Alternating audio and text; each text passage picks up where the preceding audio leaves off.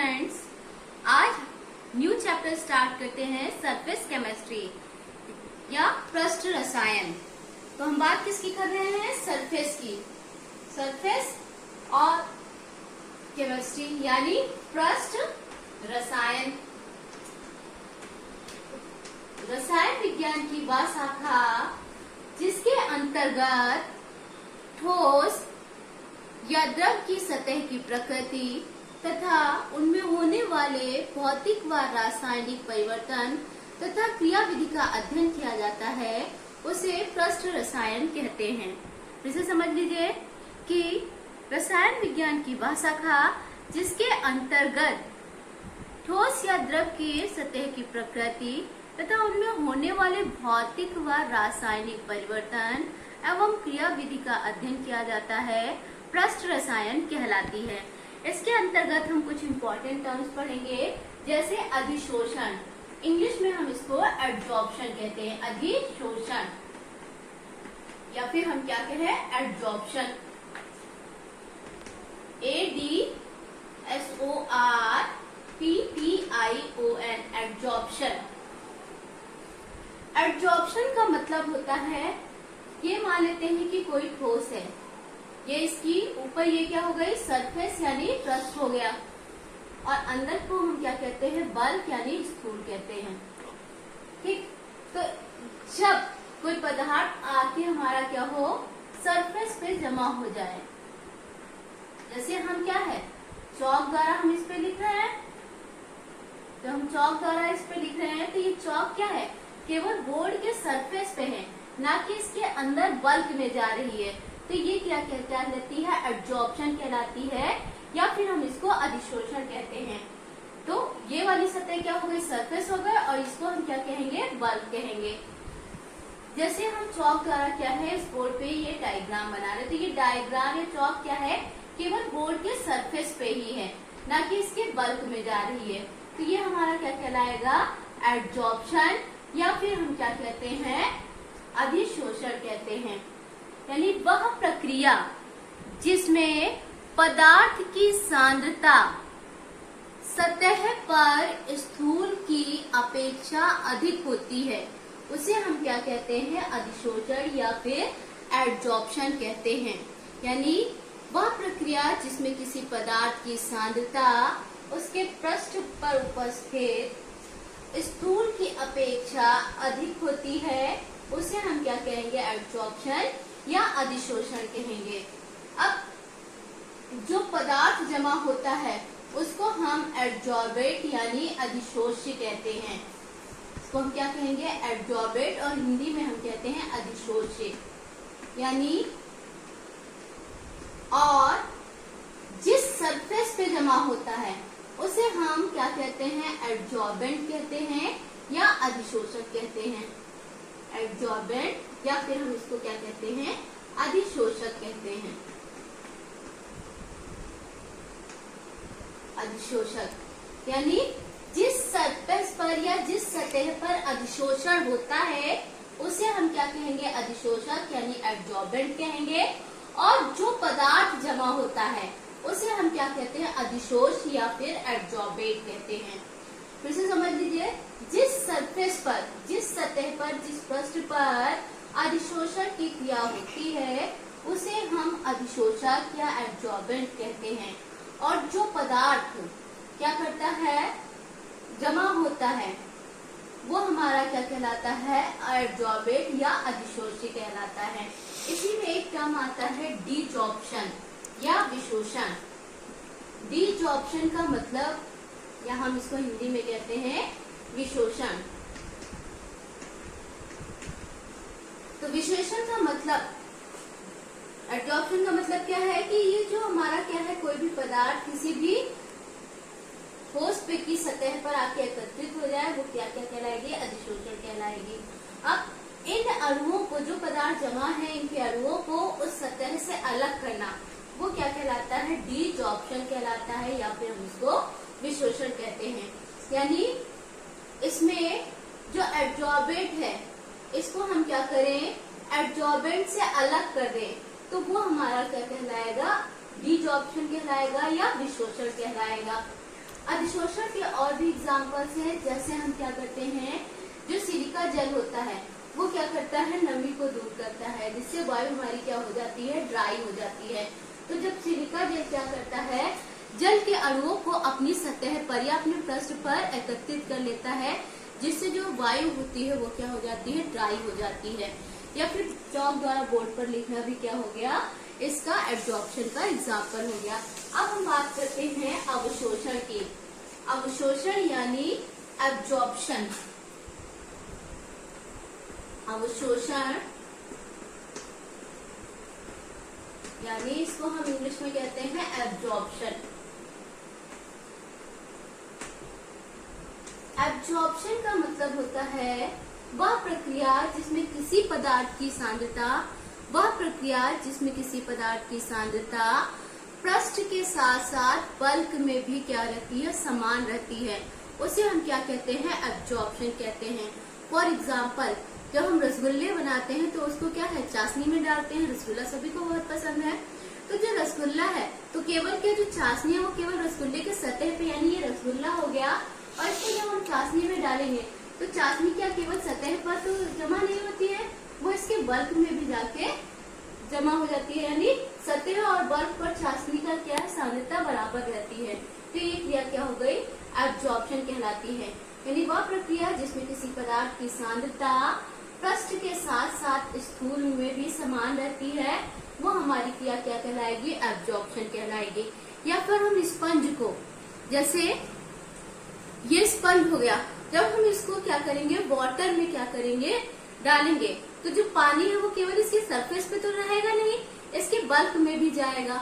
यही क्या कहलाएगी, क्रिया हमारी एब्जॉर्प्शन कहलाएगी, या हम इसको क्या कहेंगे, अवशोषण कहेंगे।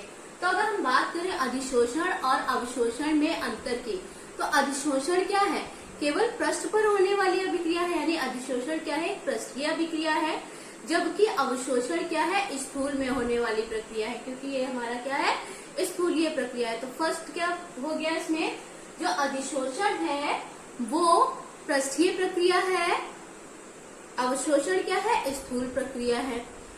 सेकंड पॉइंट, अधिशोषण में कोई भी पदार्थ क्या है, सतह पर एकत्रित होता है, लेकिन अवशोषण में कोई भी पदार्थ पृष्ठ और सतह और बल्क दोनों में क्या रहता है, समान रूप से रहता है।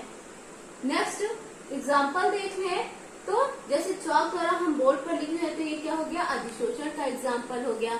या हम स्पंज को जल में रखेंगे तो ये क्या हो गया, एब्जॉर्प्शन का एग्जाम्पल हो गया। और बाकी डिफरेंस आप लोग लिखिएगा इसके।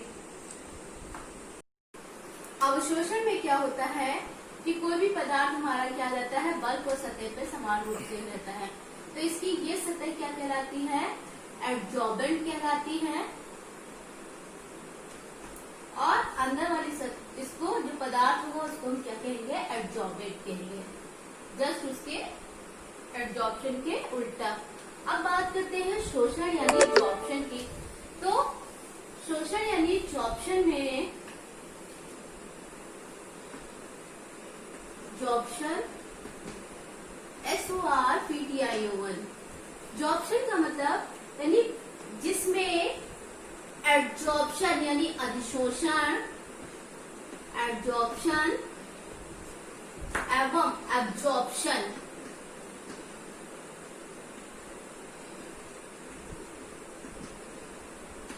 दोनों क्रियाएं क्या हो, साथ साथ होती हैं। वह प्रक्रिया जिसमें एब्जॉर्प्शन यानी अधिशोषण एवं एब्जॉर्प्शन यानी अवशोषण दोनों प्रक्रियाएं क्या हो, साथ साथ होती हों, उसे हम क्या कहते हैं, एब्जॉर्प्शन, या हिंदी में हम शोषण कहते हैं। जैसे अभी आपको रसगुल्ला होता है, तो रसगुल्ले में जब चाशनी में रखेंगे तो उसमें क्या, जो चाशनी होगी वो सतह पर भी एकत्रित होगी और बल्क में भी जाएगी, तो इसमें क्या, एब्जॉर्प्शन और एब्जॉर्प्शन दोनों क्या हो रहा है, साथ साथ हो रहा है। तो ये अभिक्रिया हमारी क्या कहलाएगी, शोषण कहलाएगी। अब शोषण के नेक्स्ट एग्जांपल की अगर बात करें, तो जो हम चौक को, ये क्या है, चौक है, जब इस चौक को हम क्या करते हैं, इंक में डुबोते हैं, तो इंक क्या है, इसकी सतह पर भी क्या होती है, सतह भी नीली हो जाती है, और जब चौक को तोड़ते हैं तो इसका बल्क भी क्या होता है, हमें नीला दिखाई देता है। यानी चौक को इंक में डालने पर इसमें एब्जॉर्प्शन भी हो रहा है, अधिशोषण भी हो रहा है, और अवशोषण यानी एब्जॉर्प्शन भी हो रहा है। तो ये क्या कहलाएगा? शोषण कहलाएगा, क्योंकि इसमें एब्जॉर्प्शन और एब्जॉर्प्शन दोनों प्रक्रियाएं क्या है? साथ साथ हो रही हैं। अब बात करते हैं अधिशोषण के कारण की। तो अधिशोषण का कारण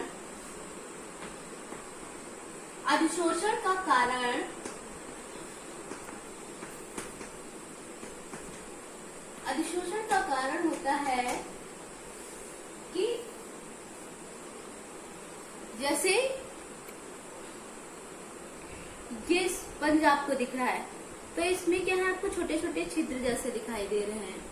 यानी अधिशोषण का कारण क्या होता है कि किसी भी पदार्थ के पृष्ठ पर उपस्थित मुक्त संयोजकताएं यानी फ्री वैलेंसी होती हैं। मुक्त संयोजकताएं जो अधिशोष्य के अणुओं को क्या करती हैं? अपनी ओर आकर्षित कर लेती हैं।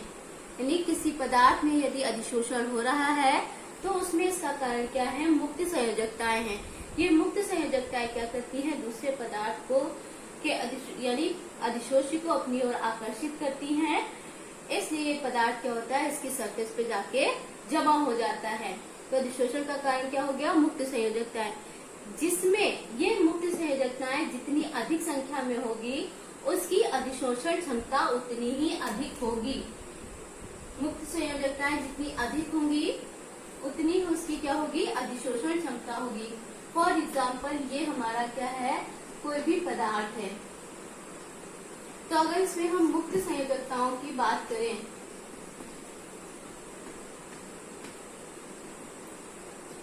तो इसमें अगर हम देखें टोटल मुक्त संयोजकताएं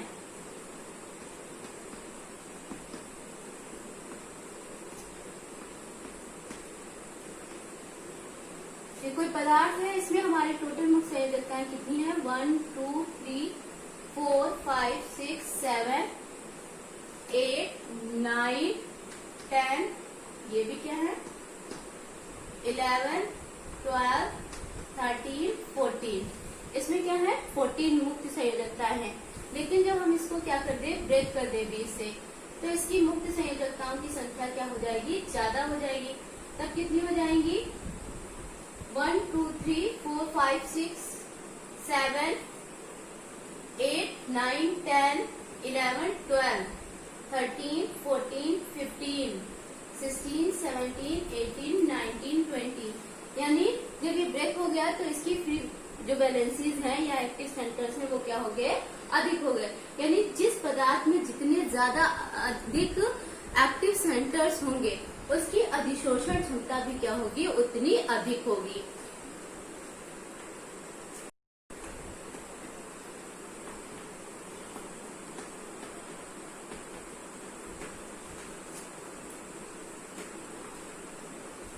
अधिशोषण के प्रकार। अधिशोष्य यानी एड्जॉर्बेट व अधिशोषक यानी एड्जॉर्बेंट। अधिशोष्य व अधिशोषक में पाए जाने वाले बलों के आधार पर जो अधिशोषण है वो 2 प्रकार का होता है।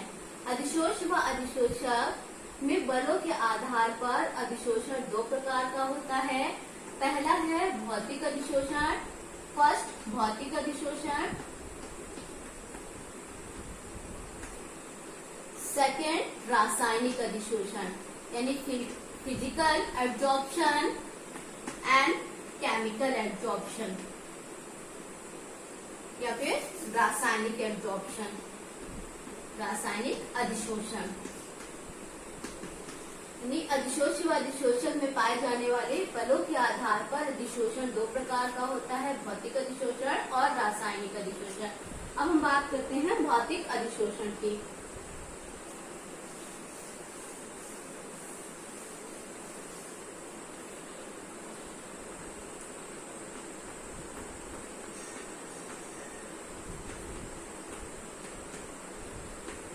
Physical absorption. भौतिक अधिशोषण यानी भौतिक अधिशोषण में जब अधिशोष्य व अधिशोषक में दुर्बल वॉन डेर वाल्स बल पाए जाते हैं तो इस प्रकार का अधिशोषण भौतिक अधिशोषण कहलाता है। यानी एड्जॉर्बेट अधिशोष्य एंड एड्जॉर्बेंट अधिशोषक। जो सतह होती है, जो पदार्थ जिस पे चिपकता है वो एड्जॉर्बेंट हो गया, और जो पदार्थ है वो हमारा क्या कहलाएगा, एड्जॉर्बेंट कहलाएगा। जब अधिशोष्य व अधिशोषक के मध्य दुर्बल वॉन डेर वाल्स बल होता है तो इस प्रकार के अधिशोषण को भौतिक अधिशोषण कहते हैं। भौतिक अधिशोषण उत्क्रमणीय होता है। उत्क्रमणीय का मतलब क्या है, इसमें एब्जॉर्प्शन भी होता है और एब्जॉर्प्शन के बाद डिजॉर्प्शन भी हो सकता है, हो जाता है। तो ये क्या है, उत्क्रमणीय है। कैसा होता है, उत्क्रमणीय होता है। और ये दैशिक यानी ये विशिष्ट नहीं होता है। भौतिक एब्जॉर्प्शन विशिष्ट या इसमें कोई दिशा नहीं होती है। ये क्या हो गया, भौतिक एब्जॉर्प्शन हो गया। अब बात करते हैं रासायनिक। तो रासायनिक अधिशोषण में, रासायनिक अधिशोषण तो रासायनिक या केमिकल एब्जॉर्प्शन में जब एब्जॉर्बेंट यानी अधिशोष्य और अधिशोषक एब्जॉर्बेंट के मध्य प्रबल बल पाए जाते हैं, प्रबल बल पाए जाते हैं तो इस प्रकार का अधिशोषण रासायनिक अधिशोषण कहलाता है। और ये अनुक्रमणीय होता है तथा ये दैशिक भी होता है। अनुक्रमणीय होता है तथा ये क्या होता है, दैशिक भी होता है। अब एग्जाम्पल की बात करें अगर इनके, तो भौतिक अधिशोषण का एग्जाम्पल क्या हो गया, ठोसों पर जो गैसें होती हैं वो भौतिक एब्जॉर्प्शन का ही उदाहरण है। ठोसों पर गैसों का जमा होना, ठोस की सतह पर गैसों का जमा होना क्या कहलाएगा, भौतिक एब्जॉर्प्शन कहलाएगा। केमिकल एब्जॉर्प्शन के एग्जाम्पल की बात करें तो जो टंगस्टन पर O2 का इकट्ठा होना होता है, जमा होना होता है, वो क्या कहलाता है, केमिकल एब्जॉर्प्शन का एग्जाम्पल होता है।